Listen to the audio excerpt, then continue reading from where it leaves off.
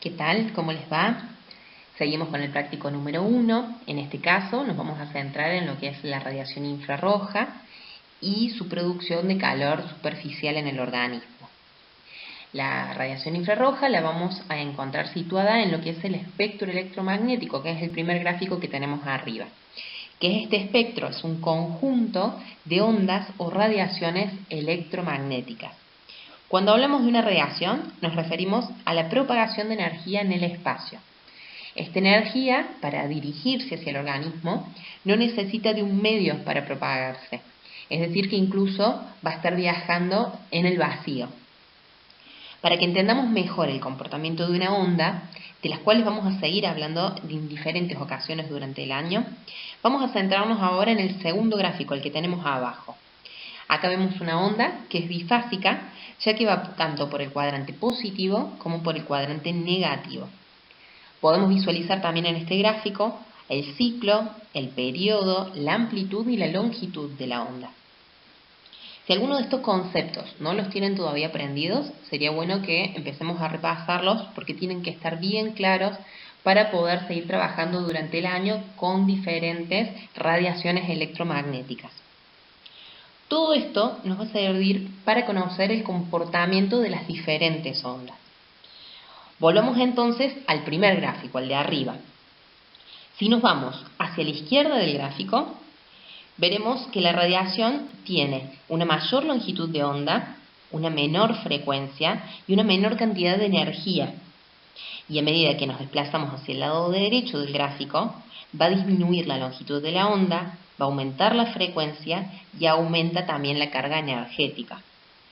En el campo de la fisioterapia, la radiación de mayor valor energético con la que trabajamos es el ultravioleta. De ahí a la derecha tenemos rayos X, gamma y cósmicos.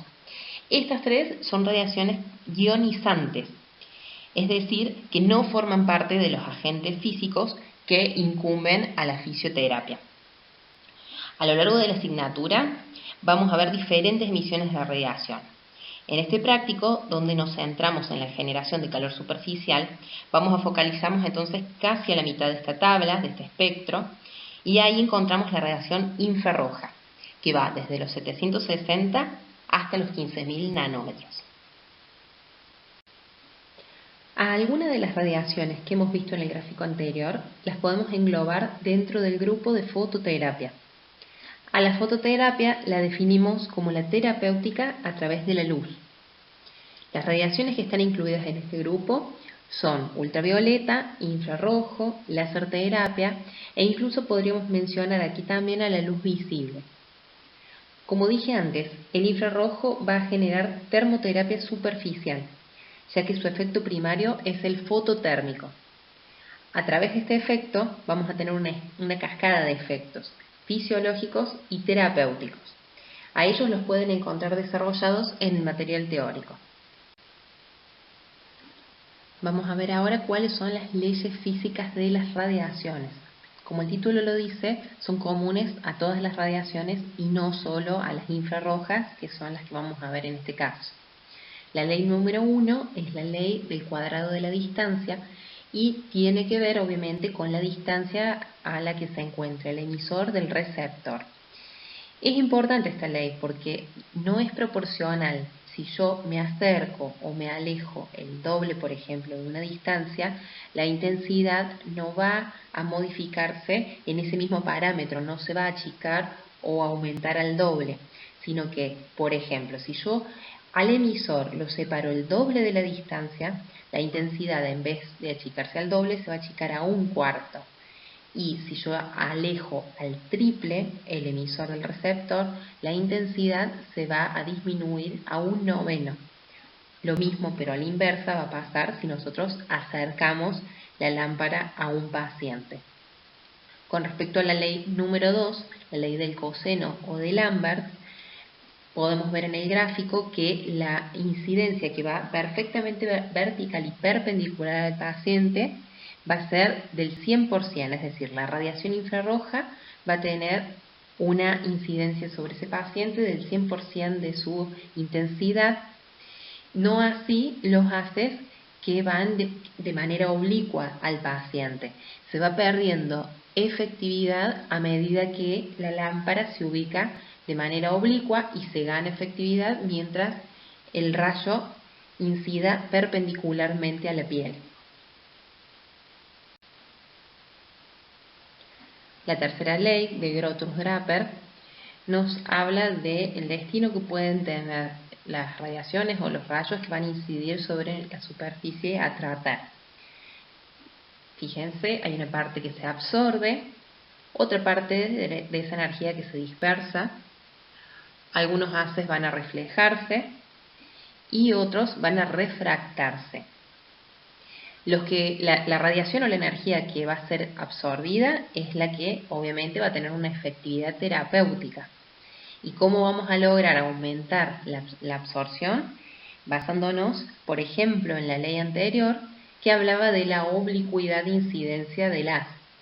Mientras mayor perpendicularidad haya, vamos a aumentar la absorción y a hacer más efectivo nuestro tratamiento. Con respecto a la ley número 4 de Bunsen-Roscoe, habla del tiempo, el tiempo de sesión o el tiempo de tratamiento. Y esta ley la vamos a vincular con la número 1, que hablábamos de distancias emisor-receptor. Entonces, si yo acerco el emisor, al aumentar la intensidad, voy a tener que bajar el tiempo de sesión. Si yo alejo el emisor, voy a disminuir la intensidad y puedo hacer un tratamiento o una sesión de más minutos, a aumentar el tiempo de tratamiento. Y aquí podemos hablar un poco más de la proporción. Si yo aumento al doble de intensidad, voy a tener que disminuir a la mitad el tiempo de tratamiento y a la inversa. Si yo disminuyo a la mitad la intensidad, aumento al doble el tiempo de tratamiento. Aquí vemos representados en imágenes los aplicadores más comunes que encontramos en nuestro país en el mercado.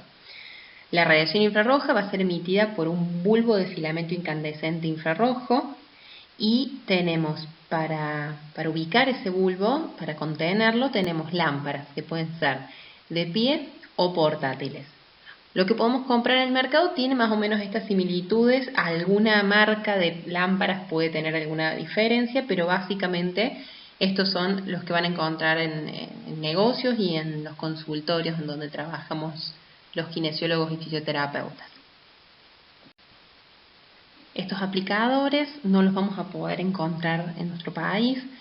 Si investigamos un poco en internet o en otros idiomas, nos van a aparecer estas opciones, entre muchas otras. Vemos que hay lámparas que tienen más de un brazo para aplicar más cantidad de bulbos infrarrojos y en este caso o en estos casos nos va a ayudar para pacientes que tienen una zona muy amplia de tratamiento o pacientes que tienen más de una zona de tratamiento. Con respecto a la imagen central, tenemos un bulbo similar al que vieron antes, solo que este tiene una lente de Fresnel que va a concentrar la energía. Esto quiere decir que el haz no va a expandirse demasiado, no va a haber una divergencia, sino que va a ser más concentrado en una superficie menor y con una mayor intensidad, por lo cual estos bulbos suelen venir con menos potencia en watts y si calienta demasiado vamos a tener nosotros que alejar el emisor para evitar cualquier molestia o quemadura. Como verán, podemos aplicar estas lámparas con diferentes tipos de sistemas y en este caso en particular nos permite usar un poco la imaginación. Algunas personas adaptan lámparas de techo, lámparas de pie o incluso se puede mandar a hacer especialmente con las necesidades de cada profesional una lámpara que pueda contener uno o más bulbos acorde al gusto personal del profesional. Con respecto a la dosimetría que utilizamos en la aplicación de infrarrojo, la unidad de medida es el pirón, que es 1 caloría gramo por centímetro cuadrado de superficie por minuto que se entrega al tejido. En la práctica, en realidad, utilizamos más la sensación subjetiva de calor como referencia para la aplicación de esta terapéutica. Cuando utilizamos un calor que es percibido por el paciente como moderado, es un calor ligero, agradable y se calcula aproximadamente 0,5 pirones. Si el paciente percibe un calor intenso que ya deja de ser agradable pero es soportable, se considera entonces que estamos entregando un pirón. Y si el calor ya se vuelve intolerable, muy intenso, con dolor, eritema intenso y sudoración, es aproximadamente una intensidad de 1,5 pirones y este caso ya no sería un calor terapéutico. Con esta sensación estaríamos retirando la lámpara, alejándola del paciente o incluso suspendiendo el tratamiento. ¿Qué vamos a tener en cuenta a la hora de realizar la técnica de aplicación? La piel debe estar limpia en cuanto a aceites, cremas, no debemos aplicar nada previo a la irradiación con infrarrojo. Además, por supuesto, tenemos que despejar la zona de tratamiento, no podemos realizar la irradiación si tenemos puesta la ropa y debemos retirar cualquier tipo de elemento metálico que va a concentrar la energía y puede producir quemaduras. El tipo de bulbo que utilizamos va a ser un factor también determinante de la técnica, ya que tenemos bulbos que son más abarcativos, la superficie de tratamiento va a ser más amplia, o bulbos que son más focalizados, la superficie es más pequeña y por ende se va a concentrar la intensidad. Además, hay bulbos que son de menor o de mayor cantidad de watts de potencia. Tenemos desde 150 hasta 1300 watts aproximadamente. Los que se consiguen acá normalmente son o de 150 o de 250, pero siempre se lo tiene que tener en cuenta a la hora de comprar un bulbo. Luego vamos a guiarnos un poco por lo que ya vimos de las leyes de las radiaciones, que tiene que ver con la distancia foco-piel, con la perpendicularidad del emisor y el receptor y con el tiempo óptimo de radiación. Vamos a analizar esta serie de imágenes y por qué las consideramos aplicaciones correctas. En la mayoría de estas imágenes vemos que la distancia de la lámpara es correcta. Quizás en la imagen número 2 la distancia es un poco pequeña para los valores que nosotros tomamos como adecuados, pero en este caso podríamos hacer una aplicación de un tiempo mucho más corto que el recomendado. Por otra parte, las zonas de tratamiento se ven libres de objetos, de ropa, de elementos, se ve la piel limpia. En la imagen 3, por ejemplo, que el paciente está en decúbito supino, se ve que tiene protección para los ojos, que están cubiertos, la posición de los pacientes es cómoda y la lámpara en general podemos ver que queda perpendicular a la zona de tratamiento, es decir, que la radiación va a llegar de manera perpendicular a la piel y por ende va a ser el tratamiento efectivo. A las siguientes imágenes las consideramos aplicaciones incorrectas y vamos a ver por qué. Veamos la número 1. El paciente no tiene adecuadamente descubierta la zona. Inclusive la silla, el respaldo de la silla está interfiriendo con la radiación infrarroja. Y miren la posición del paciente.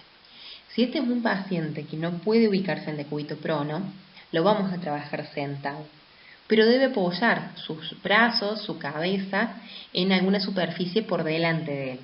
Adelante entonces de la silla ubicaríamos una mesa o una camilla con almohadas en donde pueda relajar esta zona y dejar descubierta su columna lumbar. En la imagen 2 vemos una correcta ubicación del paciente, de la paciente. La lámpara está un poco cerca de la superficie, en este caso tendría que ser un tiempo más acotado de tratamiento, pero lo que tenemos que agregar acá es una protección ocular, ya sea lentes o gasas. Veamos la imagen número 3, la paciente nuevamente no se le ha descubierto la zona de tratamiento.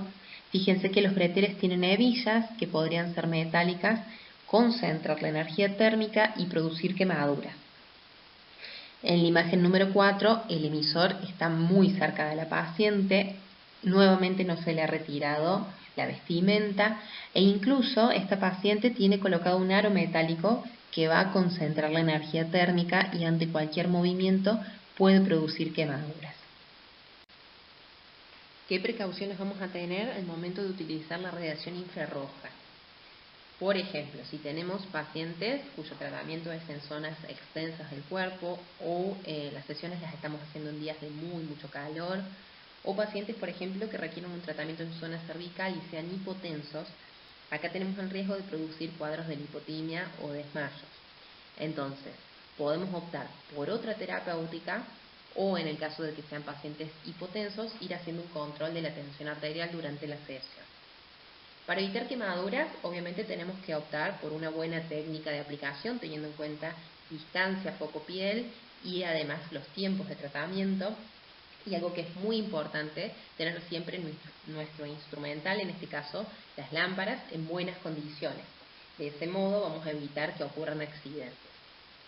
Dependiendo de la posición del paciente, a veces nuestro rostro o el rostro del paciente se ve irradiado, entonces vamos a evitar la exposición de sus ojos. Los cubrimos o con lentes especiales o con gasas y de esta manera vamos a prevenir la aparición de cataratas. Por último, si la aplicación también está en una zona que sea sensible como pezones, genitales, cicatrices o piel nueva o atrófica, en este caso también vamos a cubrir de la misma manera que lo hacemos en los ojos, lo podemos realizar con una gasa. Por último, y para ir terminando, a modo de sugerencia, decirles que recuerden que esto es una instancia práctica del material y que no debe ser utilizado a modo de resumen porque va a quedar totalmente incompleto. Tienen que complementar el teórico con estas diapositivas, con estos PowerPoint, y recordarles que vamos a estar subiendo también videos para que puedan realmente apreciar la parte práctica con pacientes. Muchas gracias por su atención y nos vamos a estar encontrando pronto. Cualquier duda o sugerencia, tienen nuestros mails para comunicarse con las profesoras de los trabajos prácticos.